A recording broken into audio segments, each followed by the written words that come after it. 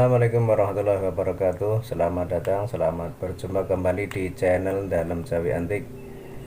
Kami ucapkan selamat menunaikan ibadah puasa bagi yang menjalankannya. Semoga puasa Anda di hari ini bisa lancar, tidak ada gangguan, tidak ada halangan suatu apa, sehingga puasanya benar-benar sampai sore, agar pagi atau siang hari atau sore hari saat bulan puasa kita tidak merasa kehausan, jadi tidak terasa banget hausnya. Itu triknya adalah sesudah makan sahur itu biasakan minum air putih hangat 1 atau 2 gelas, jadi sebagai minuman penutup. Jadi kalau sesudah sahur, minuman penutup kita itu minuman-minuman yang mengandung gula, yang ada rasanya, itu masih tersisa di tenggorokan, sehingga esok harinya atau siang harinya itu akan terasa sangat haus. Tapi kalau minuman penutup kita itu adalah air hangat, air putih yang tidak ada rasanya, otomatis di tenggorokan kita itu bersih, sehingga keesokan harinya atau siang harinya atau sore harinya itu tidak akan terasa haus banget. Itu aja. Dan selanjutnya yang saya akan bicarakan di sini adalah tentang rumah kayu. Jadi sebenarnya itu untuk membuat rumah itu bagusan kayu baru atau bagusan kayu lama. Nah, di sini saya akan menjelaskan tentang keutamaan atau kelebihan dan kekurangannya. Siapa tahu Anda juga sedang mencari perbandingan atau sedang bingung hendak membangun rumah, kemudian masih berpikir sebaiknya kayu baru atau kayu lama. Kayu baru itu mempunyai kelebihan atau keutamaan, yaitu kalau kayu jati baru itu kayunya itu masih empuk, jadi masih mudah dikerjakan, masih mudah digarap. Misalkan mau dijadikan ukuran berapa, atau misalkan mau dikasih ukiran atau dibentuk apa, itu lebih mudah. Dan juga bentuknya juga lebih presisi. Jadi kalau kotak benar. Beda dengan kayu jati lawas atau jati lama. Kalau kayu jati lama itu untuk membentuk sebuah pola atau untuk membuat ukiran atau apa itu agak keras, tidak seperti kayu baru. Kemudian untuk simetrisnya, bentuk kotaknya untuk kayu lama, kayu jati lama itu juga tidak sesimetris atau sekotak kayu yang baru. Jadi bisa ditarik kesimpulan, keutamaan kayu baru di sini adalah bentuknya yang lebih rapi dibanding dengan kayu lama, dan pengelolaannya atau pengolahannya juga lebih mudah dibanding dengan kayu lama. Namun kekurangannya, kalau kayu baru itu biasanya rawan dengan hewan yang namanya teter atau nonoren. Jadi semacam hewan kecil yang biasanya itu nanti kalau udah 1 tahun atau 2 tahun itu ada hewan kecil yang masuk ke dalam kayu baru, terus nanti rontok keluar putih-putih. Itu nanti kalau udah kemasukan hewan itu biasanya langsung cepat menyebarnya ke kayu itu cepat sekali. Namun ada antisipasinya, yaitu dengan dikasih obat anti rayap, anti teter, dan itu juga harus dilakukan secara rutin. Daya tahan untuk obat teter atau obat rayap itu mungkin sekitar 1 tahunan. Habis itu harus disemprot lagi biar tidak terkena rayap lagi. Atau dengan cara yang kedua, yaitu direndam dengan air yang membutuhkan waktu cukup lama untuk mendapatkan kualitas yang bagus. Direndam dalam air ya sekitar 1 tahunan. Itu nanti otomatis kayu sudah tidak mempan atau sudah tidak disukai oleh teter atau nonor.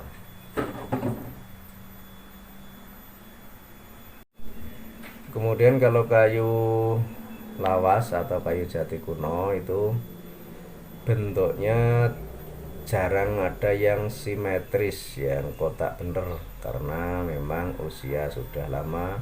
Dan kemudian pembuatan pada zaman dahulu juga tidak serapih pembuatan di zaman sekarang, karena pada zaman dahulu itu kemungkinan alatnya juga masih sederhana, alat-alat manual yang seadanya. Beda kalau zaman sekarang alatnya sudah banyak sekali dan dibilang sudah modern. Namun untuk kayu jati lama itu biasanya tidak disukai oleh teter atau nonor. Kalau kayu jati yang benar-benar bagus, maksudnya yang kayu jati yang benar-benar usianya udah lama, dan bukan kayu jati yang usia muda. Jadi yang namanya kayu jati lama atau rumah kuno itu usia rumahnya udah lama, dan juga kayunya itu menebangnya pada waktu tersebut itu kemungkinan juga sudah berusia cukup tua, sehingga mendapatkan hasil kayu yang benar-benar kuat, benar-benar anti rayap.